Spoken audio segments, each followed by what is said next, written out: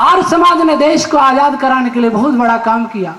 जिसमें आर्य समाज का आंदोलन चल रहा था उस समय अंग्रेज यहाँ आर्य समाज पर की गतिविधियों पर नजर रखी जाती थी और वहां इंग्लैंड सूचना जाती थी जहां आर्य समाज है वह क्रांति है।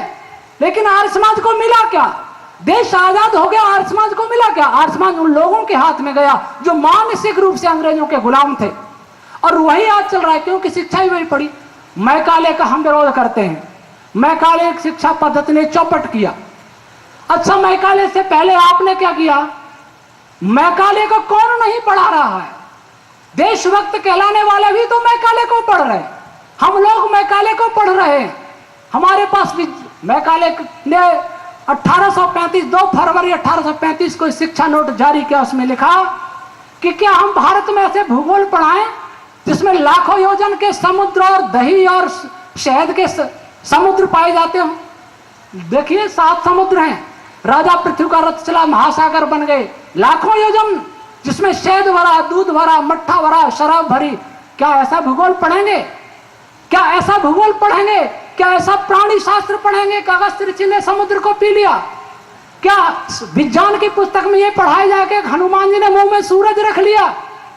इस बात को देख करके मैकाले हंसा करता था, लेकिन हमें मैकाले की हंसी से हमने कोई प्रेरणा नहीं ली। अगर मैकाले को आप निकाल दीजिए, आपके पास क्या है? क्या पढ़ाएंगे? इसके लिए ऋषि दयानंद ने सबसे पहले विचार किया कि वेदों के विज्ञान का सत्य अर्थ सामने आना चाहिए।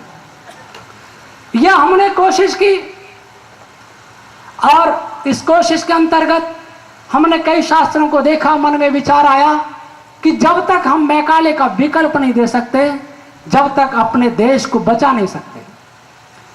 इस्लाम की सैकड़ों साल की तलवार हमारे देश को बदल नहीं सकी, हमारे चोटी और जनेऊ को काट नहीं सकी। काटे तो फिर पैदा हुए, लेकिन अंग्रेजों की शिक्षा नीति ने हम सबको अंग्रेज बना दिया। आज से 100 साल पहले भीनमाल में अगर कोई सभा होती होगी तो एक भी आदमी विदेशी वेशभूषा पहने दिखाई नहीं देता होगा। एक भी व्यक्ति ऐसा नहीं होता होगा जिसके सिर पे चोटी और जनेऊ नहीं होता होगा। लेकिन आज हमारा सब कुछ इंग्लिश स्टाइल हो गया है। हमसे पेशाब और सोच भी जाना नहीं आता, वो भी विदेशी स्टाइल चाहिए। भोजन विदेशी स्टाइल में चाहिए, कपड़े विदेशी चाहिए, बाल विदेशी चाहिए। और हम मैकाले को गाली देते देते देशभक्त बनने का दम करते हैं। पाकिस्तान को गाली देने से देश की रक्षा नहीं होगी। मुसलमान ईसाइयों को गाली देने से हिंदुओं की रक्षा नहीं होगी। हमको सशक्त बनना पड़ेगा, हमको विद्वान बनना पड़ेगा, हमको सत्य के मार्ग पर चलना पड़ेगा। क्योंकि वेद कहता है सत्य नोत्तभिता भूमि, यह भूमि सत्य पर टिकी है। भगवान राम कभी कहते थे सत्यमेवेश्वर लोके सत्य पद्माश्रिता सदा।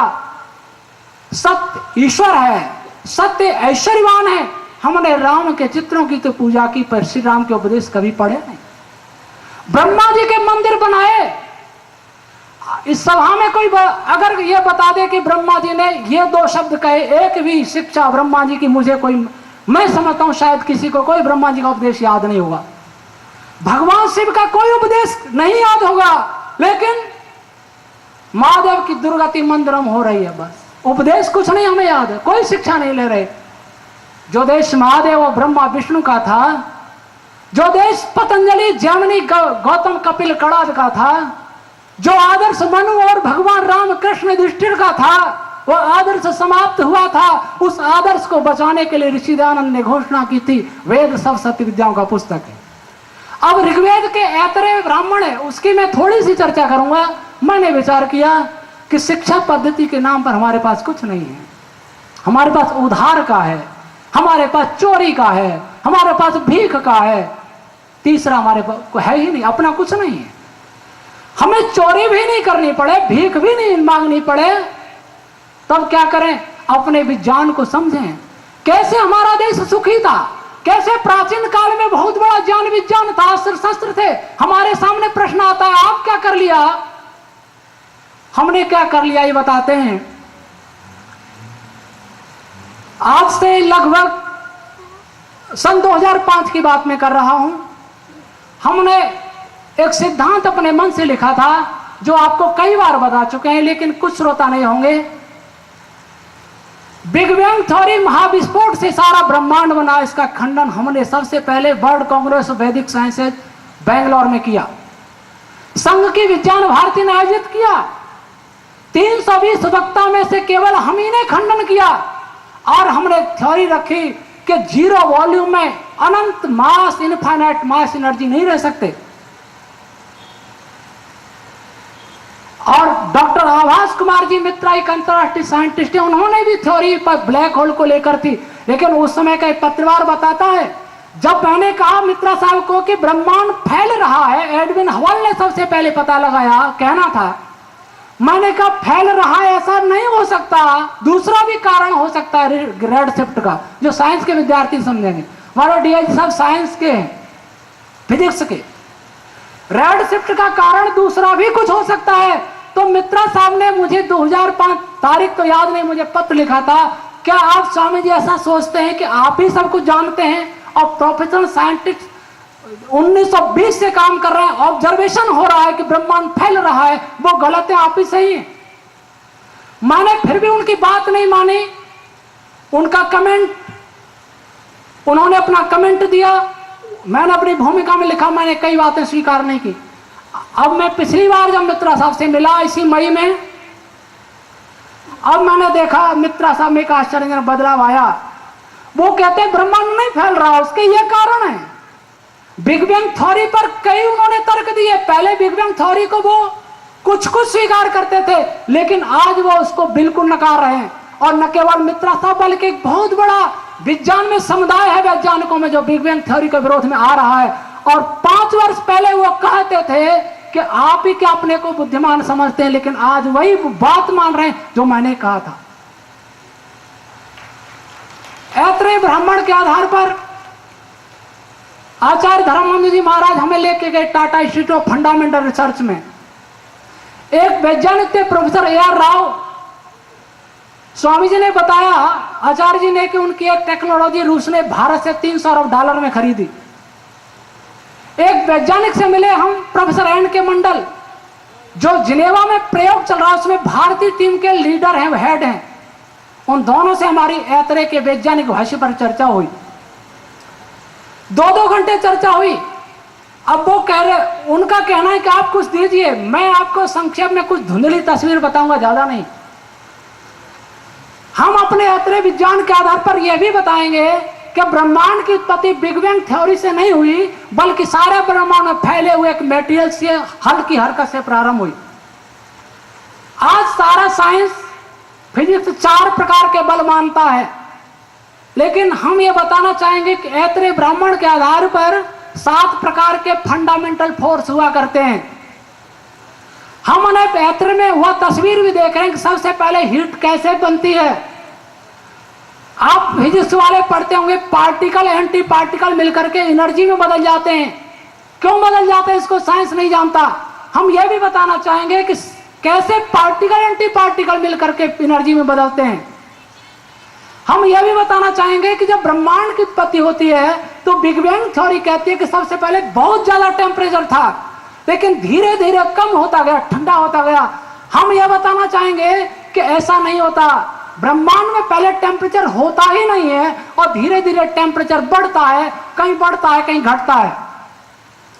हम यह भी बताना चाहेंगे किसी भी कण, पार्टिकल हो चाहे वेव्स का क्वांटा हो, उसके चारों ओर कौन कौन से आवरण होते हैं, कौन कौन से प्राण कार्य करते हैं और उनकी क्या भूमिका होती है। हम यह भी बताना चाहेंगे कि हमारे जो विद्युत चुम्बकीय तरंगे हैं, जैसे लाइट आ रही है, सूरज से लाइट के क्वांटाज आ रहे हैं, उस क्वांटाज के साथ कितनी शक्तियां, उसकी कितनी शक्तियां छिपी रहती हैं। हम यह भी बताना चाहेंगे जब ब्रह्मांड में सृष्टि प्रक्रिया का काम चल रहा था उस समय कुछ मैटर दूर हट गया था, उस मैटर को वापस कौन लाया और कैसे ला करके ब्रह्मांड की प्रक्रिया में उसको जोड़ा गया। हम यह भी बताना चाहेंगे कि डार्क मैटर और डार्क एनर्जी जो साइंस कल्पना करता है, क्या इस संसार को धारण करने में कोई भूमिका निभाता है। साइंस इस बात को मानता है, डार्क मैटर इस लोगों को, गैलेक्सियों को धारण करने में ग्रेविटेशन फोर्स के कारण भूमिका निभाता है। और आगे हमें बताना चाहिए डार्क मैटर किस पर आश्रित होता है, फिर वो किस पर आश्रित होता है। हम यह भी बताना चाहेंगे सृष्टि प्रक्रिया चलते चलते क्या रुक जाती है फिर दोबारा शुरू होती है। हम यह भी बताना चाहेंगे कि सृष्टि प्रक्रिया करते समय गर्म और विद्युत आवेशित कोई रेडिएशन जब निकला तो ऐसा कौन सा रेडिएशन उसके ऊपर प्रहार अटैक किया जिससे वो निष्क्रिय हुआ, और निष्क्रिय होने के बाद वह सृष्टि प्रक्रिया में शिथिल पड़ गया। फिर कौन सा रेडिएशन ऐसा है जिसने उसे वापस जागृत और चार्ज किया, गर्म किया। हम यह भी बताना चाहेंगे कि सृष्टि बनने से पहले डार्क मैटर, डार्क एनर्जी क्या सारे मैटर पर शासन कर रही थी। हम यह भी बताना चाहेंगे कि पॉजिटिव नेगेटिव आवेश क्यों अपने अट्रैक्ट करता है और सजाती आवेश क्यों दूसरे को हटाते हैं। हम यह भी बताना चाहेंगे कि कोई वस्तु गर्म क्यों होती है फिर ठंडी क्यों होती है, क्यों ऊष्मा उत्सर्जित क्यों होती है। हम यह भी बताना चाहेंगे सबसे पहले कौन सा बल पैदा होता है। समय काफी हो रहा है, मैं कुछ संकेत ही दे रहा हूं। हम यह भी बताना चाहेंगे कि ऐसा कौन सा प्राण है, ऐसा कौन सा तत्व जो सारे अन्य तत्वों को एक ताने बाने में बुने हुए है, जाल जैसा बिछा रखा है। इसमें बहुत सारे हमारे पास 69 ऐसे प्रश्न हैं जिनमें कईयों का उत्तर आधुनिक विज्ञान के पास नहीं है। मैं निवेदन करूंगा जो भाई अपने को हिंदू कहते हैं, वेद भक्त कहते हैं, वेद पाठ करते हैं, उनकी वेद पाठ करने की परंपरा को प्रणाम करता हुआ भी जो देशभक्ति की बात करते हैं उनकी देशभक्ति की भावना को प्रणाम करते हुए भी मैं निवेदन करूंगा कि वेद नहीं बचेगा तो देश नहीं बचेगा, वैदिक संस्कृति नहीं बचेगी तो देश नहीं बचेगा। और वैदिक संस्कृति जब बचेगी जब दुनिया के सामने आप वैदिक विज्ञान को प्रकाशित कर देंगे।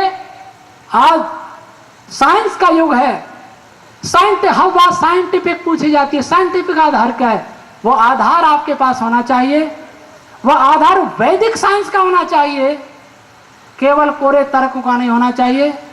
हमें विश्वास है कि ऐत्रेय ब्राह्मण के आधार पर ही हम एक ऐसी फिजिक्स विकसित कर देंगे, ऐसा भौतिक विज्ञान समानांतर खड़ा कर देंगे कि आधुनिक भौतिक विज्ञान को बदलना पड़ेगा, तब आप कह सकेंगे भारत जगतगुरु बनेगा। मैं ऐत्रेय पर काम कर रहा हूं, कोई शतपथ पर काम करे, कोई दूसरे ब्राह्मण ग्रंथों पर काम करे, कोई उपनिषदों पर काम करे, कोई रामायण महाभारत पर मनुस्मृति पर काम करे, फिर जाके वेदों पर काम करें। हमारा देश के सभी लोग जो देशभक्त कहते हैं, जो धर्मात्मा कहते हैं, वे सभी मिले एक हों। हमारा देश एक था, अखंड खंड खंड कैसे हुआ। हमारा देश धनवान ऐश्वर्यवान था, निर्धन कैसे हुआ। हमारा देश बहुत धनवान था, वह गरीब भिखारी देश कैसे हुआ। हमारा देश सत्यवादियों का देश था, उस हर देश का नागरिक चोर कैसे हो गया। राजा से लेकर के रंक तक चोर कैसे हो गए। इस पर विचारें, वेद की रक्षा करें, सब रक्षित हो जाएगा। अगर वेद की अपेक्षा इसी प्रकार रही, आपने आर्य समाज ऋषि दयानंद का दर्द नहीं समझा, आर्य समाज ही कोई बुरा हो सकता है, लेकिन याद रखो आर्य समाज के सिद्धांत आप पढ़िए, सत्यार्थ प्रकाश पढ़िए, ऋग्वेदादि भाष्यों का पढ़िए। कभी चर्चा हमसे भी कर सकते हैं रविवार को, पर देश को बचाइए। देश हम सब की साझी संपत्ति है। ऋषि मुनि देवताओं की संस्कृति हमारी सबकी संपत्ति है, हम सब पर उसका भार है, संप्रदायित्व है। ईश्वर हमको ऐसी बुद्धि दे, हम सत्य को ग्रहण करें, असत्य को स्वीकार करें, स्वार्थ आड़े नहीं आने दें। किसी भी प्रकार का स्वार्थ, यश का स्वार्थ, धन का स्वार्थ, सत्ता का स्वार्थ हमारे आड़े नहीं आवे, क्योंकि सत्य के अलावा मानव उन्नति का कोई और मार्ग नहीं है। भगवान हमें सत्य अपनाने की शक्ति और बुद्धि दे। ओम शं। ओम यो भूतं च भव्यं च सर्वं यश्चाधितिष्ठति स्वर्यस्य च केवलं तस्मै ज्येष्ठाय ब्रह्मणे नमः। यस्य भूमिः प्रमान्तरिक्षमुतोदरं दिवं यश्चक्रे मूर्धानं तस्मै ज्येष्ठाय ब्रह्मणे नमः। यस्य सूर्यश्चक्षुश्च चन्द्रमाश्च पुनर्नवः अग्निं यश्चक्र आस्यं तस्मै ज्येष्ठाय ब्रह्मणे नमः।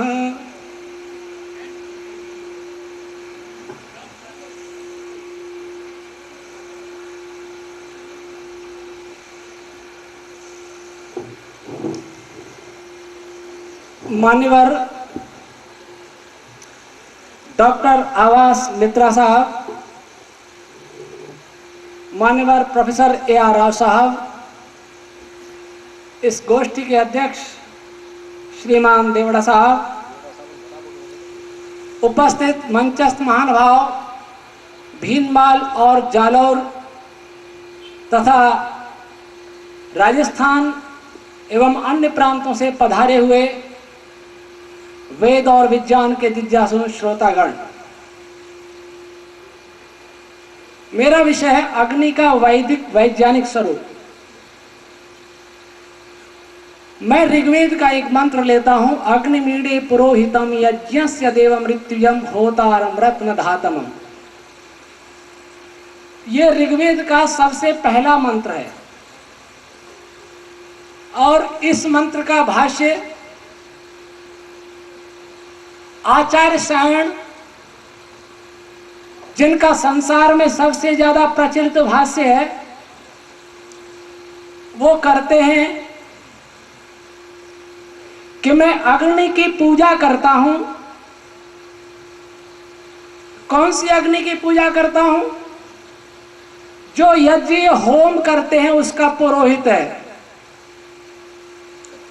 और कहते हैं कि जैसे पुरोहित, कुल पुरोहित अपने कुल का कल्याण करता है, वैसे अग्नि भी कल्याण करता है होम के द्वारा।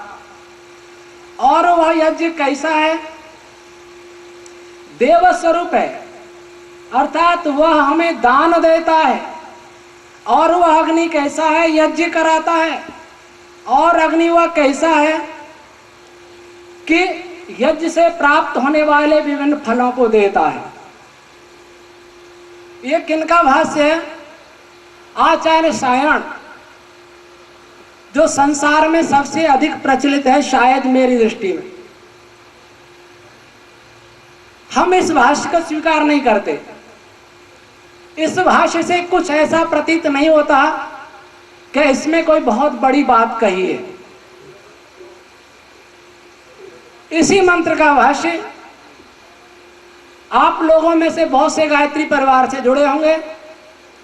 आचार्य श्री राम शर्मा जी, जिन्होंने गायत्री परिवार की स्थापना की, वो भी करते हैं। हम अग्निदेव की स्तुति करते हैं, प्रशंसा करते हैं। कैसे अग्निदेव? जो यज्ञ के पुरोहित हैं, यज्ञ को आगे बढ़ाने वाले हैं और अनुदान देने वाले हैं, समय के अनुकूल यज्ञ का संपादन करने वाले हैं, देवताओं को बुलाने वाले हैं और यज्ञ करने वालों को रत्नों से विभूषित करने वाले हैं।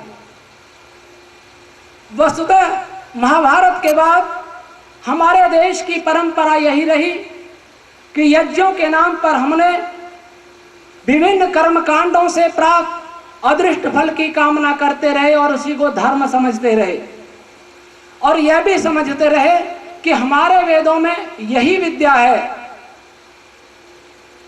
इन मंत्रों से आहुति देंगे संतान होगी, फला मंत्र से आहुति देंगे धन मिलेगा, किसी से आहुति मिलेंगे पशु मिलेंगे, रत्न मिलेंगे। यह कामना करते करते हमारा देश हजारों वर्ष बीत गए, फिर भी हमारा देश पराधीन हुआ, गरीब हुआ। जैसा कि आचार्य धर्मबंधु जी कह रहे थे, फल की कामना से विभिन्न कर्मकांड, जिन कर्मकांडों के पीछे और वेद मंत्रों के पीछे एक साइंस छिपा था, उसको भूल करके केवल फल की कामना, दृष्टि की कामना करते रहे और आज भी ऐसा कर रहे हैं।